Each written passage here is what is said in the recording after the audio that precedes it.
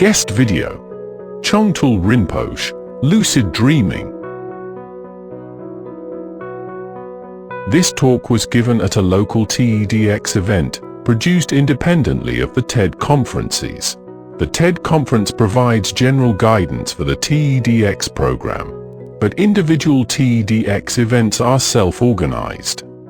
Search for Lucid Dreams as a Bridge Between Realities, Chongtul Rinpoche, TEDxFultonStreet.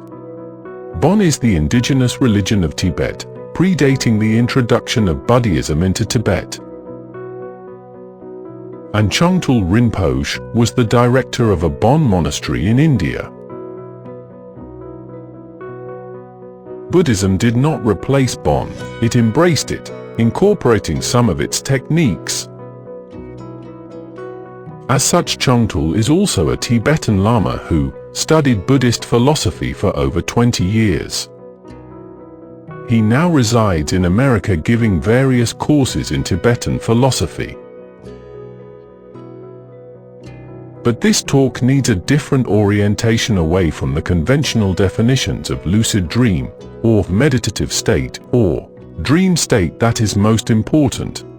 Chongtul has founded a Bon educational fund in the US that provides education and training for students of Tibetan philosophy around the world, as well as for over 400 Tibetan orphan children living in India and Nepal. About the video: Lucid dreaming is part of dream yoga in Bon tradition and is part of tantric teaching. This picture shows Mahasiddha Gantapa from Situ Panchen set of Thanka depicting the 8 great tantric adepts. Chongtul explains how, by walking the line between the dream world and the waking world, we can train ourselves to access more of our own consciousness.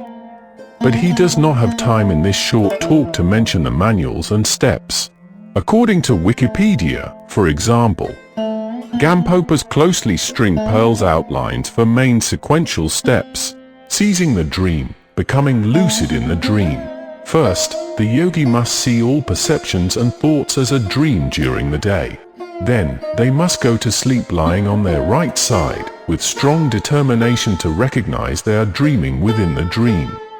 They visualize a lotus flower with 5 syllables that radiate gentle light in the throat chakra, and slowly shift their awareness from one syllable to another while falling asleep. This should spontaneously produce the experience of lucid dreaming. But there are more steps, all with different aims and objectives, and all of which are spiritual, aiming to propel you along the spiritual path. For example, blessing as illusory and getting rid of fear. Here, the yogi checks their mind during the dream to see if there is even the slightest fear, and if so, they should let go of it by recognizing that they are only in a dream. Once they've mastered the feeling of complete unobstructedness, they have blessed their dreams as illusory. Chongtul also mentions the symbolic levels of the mind: earth, water, air, and fire. But he looks at them from the point of view of consciousness. What do we want impacting our consciousness? In a sense, he is returning us to the problem posed by David Chalmers. What is consciousness? What gives us awareness? And for most spiritually minded people like Chongtul, it may be called the Atman, or higher self, higher spirit, or Buddha nature, or immortal soul. That which cannot be seen or found, and that which survives death.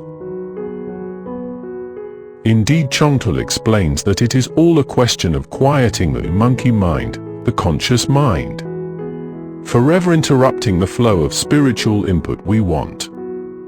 That goes to the perception function of our subconscious mind, the symbolic feminine through which spiritual input is obtained. For him, dream yoga is spiritual experience. What information is provided depends to a large extent on the prayer we have made requesting the data. If we need more time to get the spiritual input we need, the higher spirit transmits the experience for longer. If we need only a flash of inspiration, the higher spirit only needs a brief time to send its spiritual input. Whether this input gets registered by our conscious mind depends on whether we are listening, figuratively speaking,